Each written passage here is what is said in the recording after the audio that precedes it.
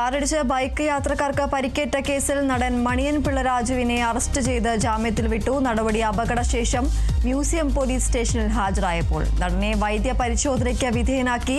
ഇടിച്ച ശേഷം വാഹനം നിർത്താതെ പോയെന്ന് എഫ്ഐആർ. നിർത്താതെ പോയത് ഭയം കൊണ്ടെന്ന മണിയൻ പിള്ള രാജു. അപകട ദൃശ്യങ്ങൾ പുറത്ത്.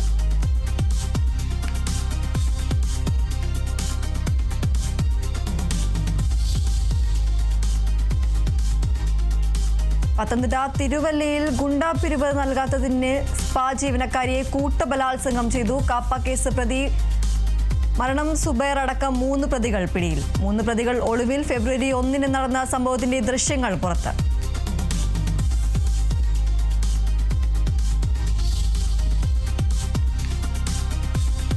ശബരിമല സ്വർണ്ണ കവർച്ചാ കേസിൽ ജാമ്യത്തിൽ ഇറങ്ങിയതിന് പിന്നാലെ ഉണ്ണികൃഷ്ണൻ പോറ്റിയെ ചോദ്യം ചെയ്യാൻ ഇഡി. ചോദ്യം ചെയ്യലിന് ഹാജരാകാൻ ഇന്ന് നോട്ടീസ് നൽകിയേക്കും.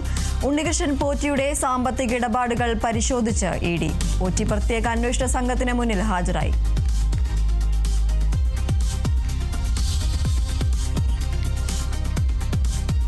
ആദായ നികുതി കേസിൽ നടൻ വിജയ്ക്ക് തിരിച്ചടി. ആദായ നികുതി വകുപ്പ് 1.5 കോടി പിഴ ചുമത്തിയതിന് എതിരായ ഹർജി മദ്രാസ് ഹൈക്കോടതി തള്ളി. വിജയ് പിഴയൊടുക്കണമെന്ന ഹൈക്കോടതി. ആദായ നികുതി വകുപ്പ് പിഴ ചുമത്തിയത് വരുമാനം മറച്ചുവെച്ചതിന്.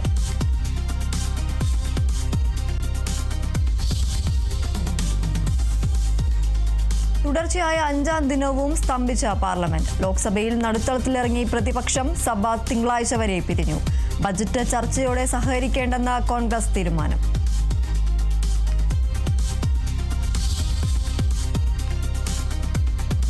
പ്രതിപക്ഷ നേതാവ് വി.ഡി. സതീശൻ നയിക്കുന്ന പുതുയുഗ യാത്രയ്ക്ക് ഇന്ന് കാസർഗോഡ് തുടക്കം. കുമ്പളയിൽ വൈകിട്ട് കെ.സി. വേണുഗോപാൽ ഉദ്ഘാടനം ചെയ്യും.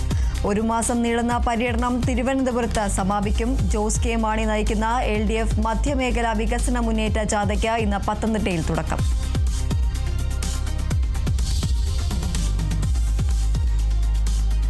ബലാത്സംഗ കേസുകളിൽ സുപ്രധാന ഉത്തരവുമായി സുപ്രീം കോടതി. വിവാഹിതയായ സ്ത്രീക്ക് വിവാഹ വാഗ്ദാനം നൽകി പീഡിപ്പിച്ചുവെന്ന കേസ് നൽകാനാകില്ല.